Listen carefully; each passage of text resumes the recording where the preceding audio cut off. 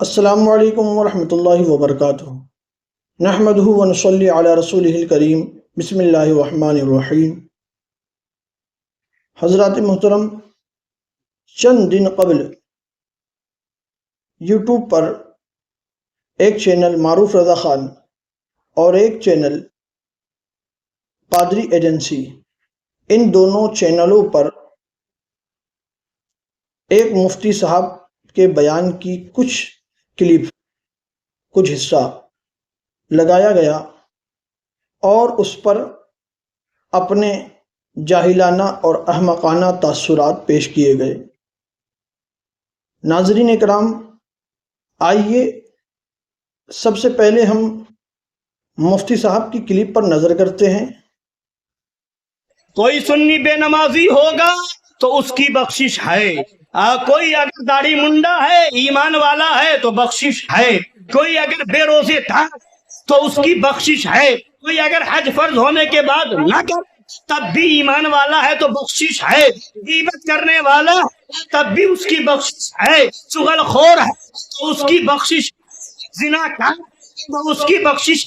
مگر کوئی نبی کا بخشش ہرگز نہیں ہوتی۔ چاہے نمازی یہ چل نمازی بولو۔ تو ناظرین اکرام، دیکھا آپ نے مفتی صاحب کا بیان۔ حضرات محترم،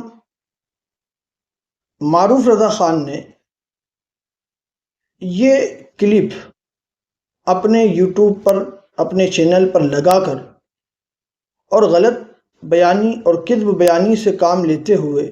مفتی صاحب پر یہ بہتان اور الزام لگایا کہ مفتی صاحب نے یہ کہا کہ اگر نماز نہیں پڑھو گے تب بھی جنت میں جاؤ گے، روزہ نہیں رکھو گے تب بھی جنت میں جاؤ گے، زکوٰۃ نہیں دو گے تب بھی جنت میں جاؤ گے، حج نہیں کرو گے تب بھی جنت میں جاؤ گے۔ میں پھر آپ سے کہوں گا کہ ایک مرتبہ مفتی صاحب کی پھر سے کلپ آپ سنیے، اور معروف رضا خان آپ بھی مفتی صاحب کی عقل اور دانشوری سے پوری ویڈیو سنیے، پوری کلپ سنیے کہ مفتی صاحب نے کہیں سے کہیں تک یہ نہیں فرمایا کہ آپ روزہ نہیں رکھو گے تب بھی جنت میں جاؤ گے، یا آپ روزہ نہ رکھو تب بھی جنت میں جاؤ گے، یا آپ چوری کرو گے یا چوری کرو تب بھی جنت میں جاؤ گے۔ یہ کہیں نہیں کہا، یہ آپ نے اپنی طرف سے کہا۔ مفتی صاحب نے تو یہ فرمایا کہ اگرچہ کوئی مسلمان خدا نخواستہ، اگرچہ شرط لگائی، اگرچہ کوئی مسلمان ایسا ہو کہ وہ زانی ہے معاذ اللہ، یا شرابی ہے معاذ اللہ، یا سود خور ہے معاذ اللہ، یا چوری کرتا ہے معاذ اللہ، لیکن عقیدے کی بنیاد پر اگر عقیدہ درست ہے تو وہ جنتی ہے، اگرچہ مواخذے کے بعد ہو۔ چونکہ اگر آپ یہ مفتی صاحب کے بیان کی مکمل ویڈیو یا مکمل آپ تقریر سماعت کرتے تو آپ یہ کہنے کی جرات نہیں کرتے، کیونکہ مفتی صاحب کا جو بیان ہے وہ آپ کے پاس کچھ ہی حصہ آیا ہے، اور اس ایک حصے پر آپ نے اپنے تاثرات پیش کر دیے۔ سب سے بڑا تو آپ کا یہ جاہلانہ پن ہے۔ مفتی صاحب کا جو بیان ہے وہ دراصل باب الاعمال یا فضائل اعمال یا مسائل فروعیہ پر نہیں ہے، بلکہ مفتی صاحب کا موضوع سخن رد وہابیہ دیا بنا ہے۔ چونکہ دیوبندیوں، وہابیوں، تبلیغیوں کا یہ بہتان سنیوں پر ہے کہ سنی نماز نہیں پڑھتا، سنی روزہ نہیں رکھتا، سنی زکوٰۃ نہیں دیتا، اور وہ نماز، روزے، زکوٰۃ کی دعوت دے کر لوگوں کو الجھاتے ہیں، لوگوں کو گمراہ کرتے ہیں۔ اس پر مفتی صاحب نے یہ جواباً ارشاد فرمایا کہ اگرچہ سنی کتنا ہی گنہگار ہے مگر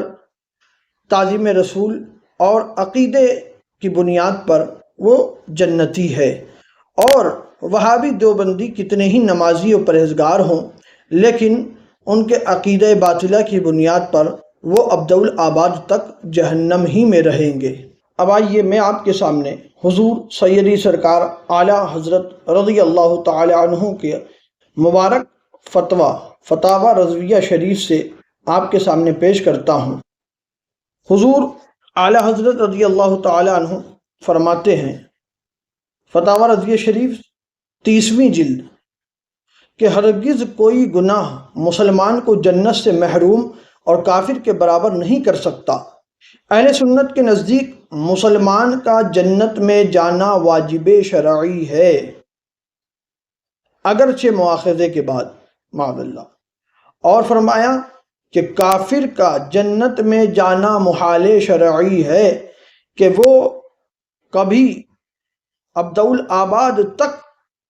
جنت میں نہیں جا سکتا، یعنی ابدالآباد تک جہنم ہی میں رہے گا۔ یہ اعلیٰ حضرت کی ذات ہے، سبحان اللہ، یہ اعلیٰ حضرت کا قلم ہے، سبحان اللہ۔ گو بے شمار جرم ہو، گو بے عدد گناہ، کچھ غم نہیں جو ہو تم گناہ گار کی طرف، کچھ غم نہیں جو ہو تم گناہ گار کی طرف۔ ناظرین کرام، اگر معروف رضا خان اور اس قسم کے دوسرے مولوی اگر اس بیان پر اپنا اعتراض کرتے ہیں تو دراصل یہ اعتراض صرف مفتی صاحب ہی پر محدود نہیں، بلکہ حضور اعلیٰ حضرت تک یہ اعتراض پہنچے گا۔ اور اب میں ان مولویوں سے پوچھنا چاہتا ہوں جن کو مفتی صاحب کی یہ تقریر ہضم نہیں ہو پا رہی ہے، کیا وہ اعلیٰ حضرت سرکار کے بارے میں بھی یہی تاثرات پیش کریں گے، یا اعلیٰ حضرت سرکار کے بارے میں بھی کیا یہ اس انداز سے ویڈیو یا آڈیو اپنی شیئر کریں گے؟ چونکہ مفتی صاحب کا بیان میں سمجھتا ہوں کہ یہ حقیقتاً اعلیٰ حضرت کے اس فتاوی مبارک کی ترجمانی ہے۔ ناظرین کرام، اب قادری ایجنسی والے مولوی جی کی خبر لیتے ہیں۔ ان کا یہ کہنا ہے کہ مفتی صاحب کے بیان سے کوئی عاشق رسول تو نہیں بنے گا، البتہ چوری کرنے والا، زنا کرنے والا، شراب پینے والا اور فاسق و فاجر فلاں فلاں ضرور بن جائے گا۔ اس حوالے سے میں قرآن مقدس کی ایک آیت پیش کرنا چاہتا ہوں۔ اللہ تعالیٰ قرآن مقدس میں ارشاد فرماتا ہے، اِنَّا أَرْسَلْنَاكَ شَاهِدًا وَمُبَشِّرًا وَنَذِيرًا لِتُؤْمِنُوا بِاللَّهِ وَرَسُولِهِ وَتُعَزِّرُوهُ وَتُوَقِّرُوهُ وَتُسَبِّحُوهُ بُكْرَةً وَأَصِيلًا۔ قرآن مقدس فرما رہا ہے مفہوم آیت مبارکہ کہ ہم نے آپ کو شاہد و مبشر و نذیر بنا کر بھیجا ہے، تو اللہ اور اس کے رسول پر ایمان لاؤ اور اس کے رسول کی تعظیم کرو، اس کے رسول کی توقیر کرو اور اللہ کی پاکی بیان کرو۔ ناظرین اکرام، دیکھیے قرآن مقدس کا انداز بیان کس طرح عمدہ اور کس طرح شاندار ہے کہ پہلے اللہ اور اس کے رسول پر ایمان لانے کا حکم دیا گیا، بعدہ نبی صلی اللہ علیہ وآلہ وسلم کی تعظیم و توقیر کا حکم دیا گیا، اس کے بعد اللہ کی عبادت کا حکم دیا گیا۔ تو مفتی صاحب کا یہ بیان کہ پہلے عاشق رسول بنو نماز بعد میں،